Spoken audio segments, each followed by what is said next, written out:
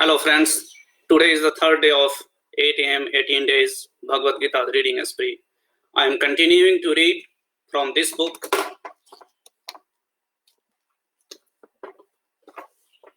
which is Bhagavad Gita, the Song of God by Swami Mukundanand.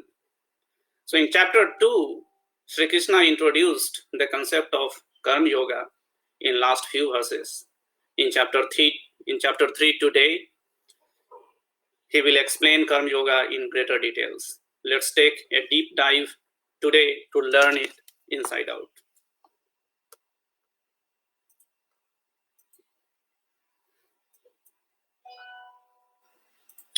So chapter 3, verse number 1. Arjuna said, O Janardhan, if you consider knowledge superior to action, then why do you ask me to wage this terrible war?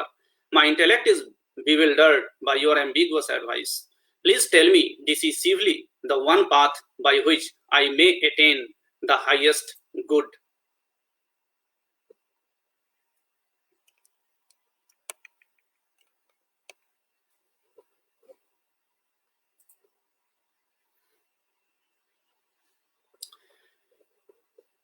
The blessed Lord said, O sinless one, the two paths leading to enlightenment were previously explained by me, the path of knowledge for those inclined towards contemplation and the path of work for those inclined towards action. One cannot achieve freedom from karmic reactions by merely abstaining from work, nor can one attain perfection of knowledge by mere physical renunciation. There is no one who can remain without action even for a moment. Indeed, all beings are compelled to act by their qualities born of material nature, the three gunas.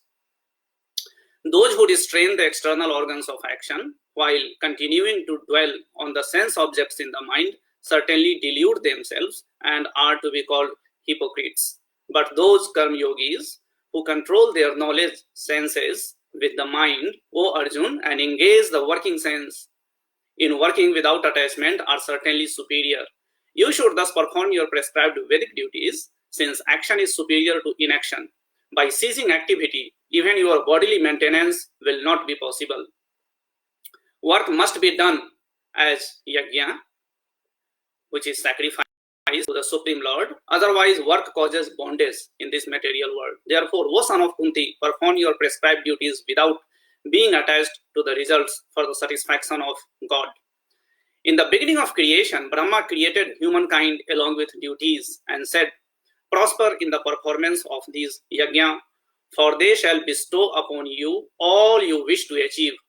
By your sacrifices, the celestial God will be pleased, and by cooperation between humans and the celestial gods, prosperity will reign for all. The celestial gods, being satisfied by the performance of sacrifice, will grant you all the desired necessities of life. But those who enjoy what is given to them without making offerings in return are verily thieves. The spiritually minded who eat food that is first offered in sacrifice are released from all kinds of sin. Others who cook food for their own enjoyment verily eat only sin. All living beings subsist on food, and food is produced by rains. Rains come from the performance of sacrifice, and sacrifice is produced by the performance of prescribed duties. The duties of human beings are prescribed in the Vedas, and the Vedas are manifested by God Himself. Therefore, the pervading Lord is eternally present in acts of sacrifice. O Parth, those who do not accept their responsibility in the cycle of sacrifice established by Vedas are sinful. They live only for the delight of their senses. Indeed, their lives are in vain. But those who rejoice in the self, who are illuminated and fully satisfied in the self, for them there is no duty. Such self-realized souls have nothing to gain or lose, either in discharging or renouncing their duties, nor do they need to depend on other living beings to fulfill their self-interest.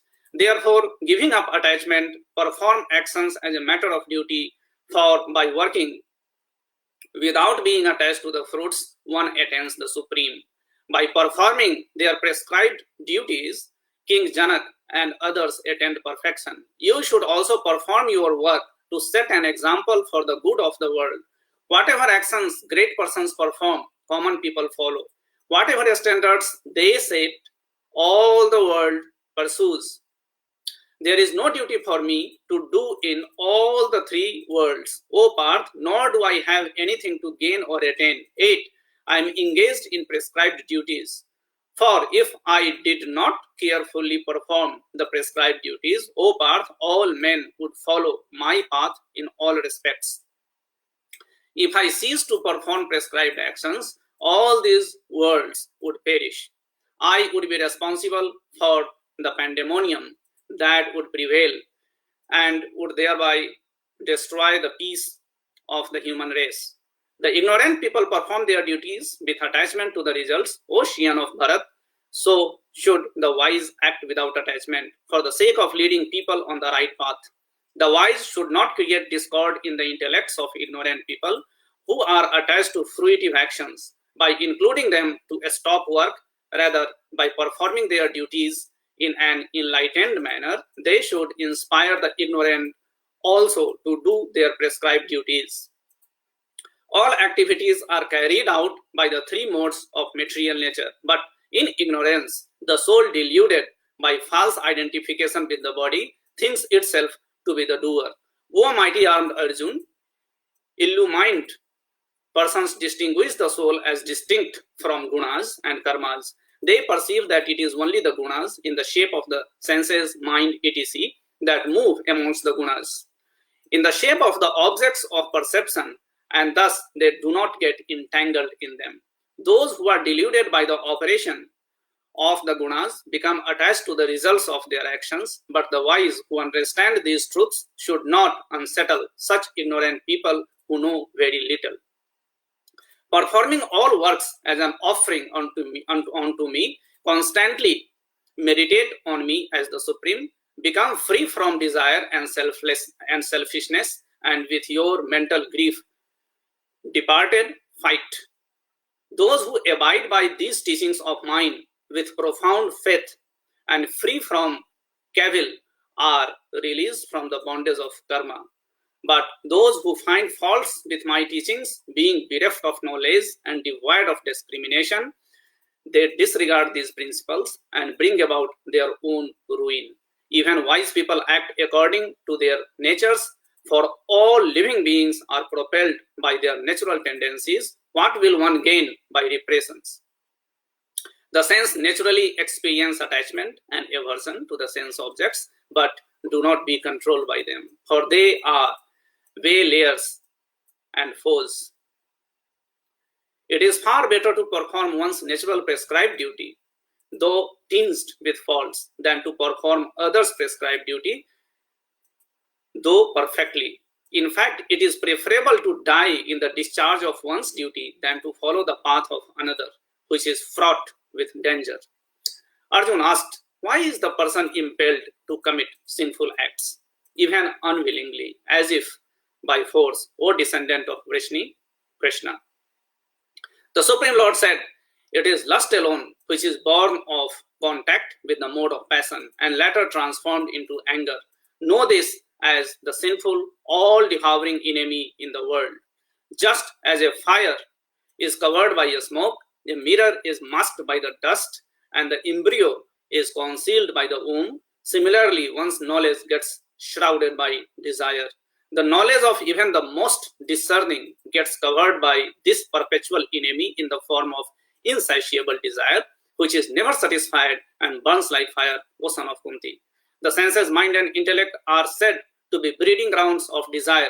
Through them, it clouds one's knowledge and dilutes the embodied soul. Therefore, O best of Bharat, in the very beginning, bring the senses under control and slay this enemy called desire, which is the embodiment of sin and destroys knowledge and realization. The senses are superior to the gross body, and superior to the senses is the mind. Beyond the mind is the intellect, and even beyond the intellect is the soul. Thus, knowing the soul to be superior to the material intellect, O mighty armed Arjun, subdue the self, sense, mind, and intellect. By the self, strength of the soul, and kill this formidable enemy called lust. So that finishes 43 verses of chapter 3. So in chapter 3, we learned how doing karma is very important and we should never stop doing it. In chapter 4, we will learn further about it. So come again tomorrow at 8 a.m. Singapore time. Thank you.